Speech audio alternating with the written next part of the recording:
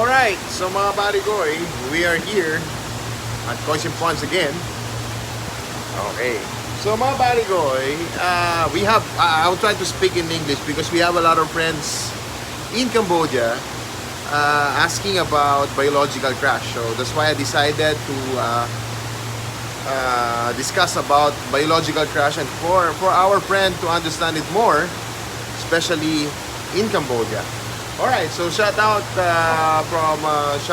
Koisim Ponds, Tito Mikey Teglesin, the whole team of it, Toto, si Melvin, si Alvin, si Tonet, si Jenny, si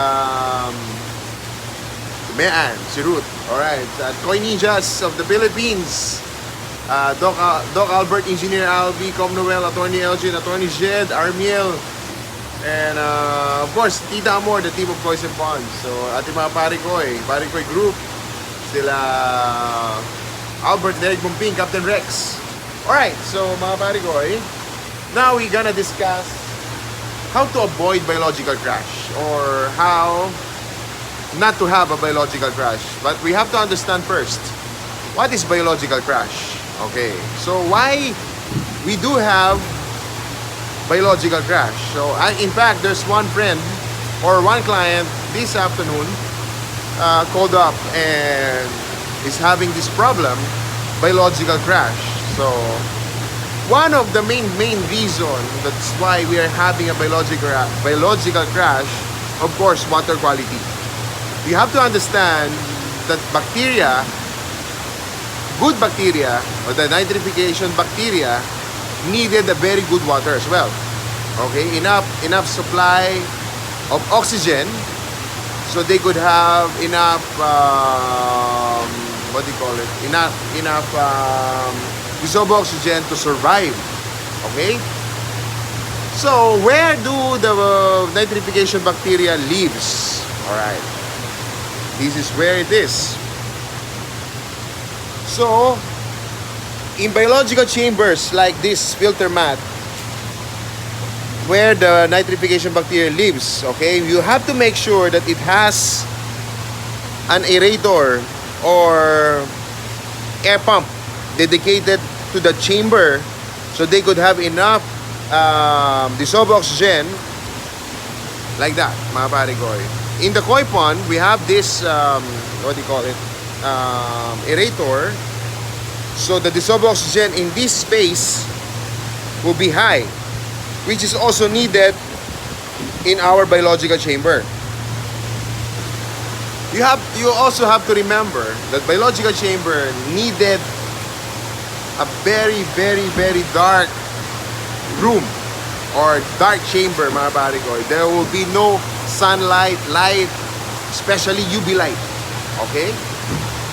They don't need it. They are photosensitive. Alright. So, every now and then, every night, here at Koisim Ponds, we seed it with nitrobacter. It's nitrification bacteria. Alright. Where we put in our biological chamber every night. There's no overdose with that bacteria. Alright. So, we are here. I want to show you how we clean our mechanical chamber with Elvin there, cleaning it. So usually, mga parikoys, we clean the biological chamber once a week, twice a week. Once a week. So we clean this chamber, these two chambers of filter brushes once a week. We don't really clean the biological chamber, mga parigoy, because we wanted the bacteria to be untouched.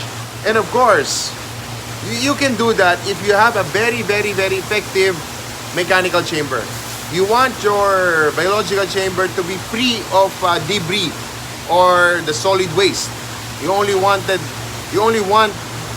water to be in there to be converted. Oh, wait, Tonet. Wait, I'll show you. Now, Tonet, one more. Put more. So, Tonet cleaned up this biological chamber. Alright? So, this is how we put the nitrobacter. This is the nitrobacter. Friends in Cambodia, I'm still thinking how to ship this in Cambodia. So, of course, this was cleaned by Tonet today. So we assume that the bacteria lessened or died because of no water for a couple of minutes. So I'm 100% sure that the bacteria in this chamber significantly decreased. So we have to seed it, mga parigoy. You have to put the nitrobacter in this pail and then mix it. Okay, put it on it. Alright. Okay. So that's how we do it, mga parigoy.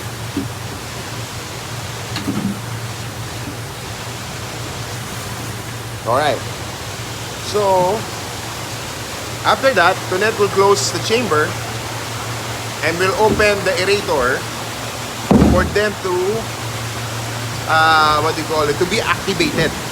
Okay, because this bacteria is in powder form. Once you put this one in your in the water, they will be activated and they will multiply. All right, so bacteria lives and die.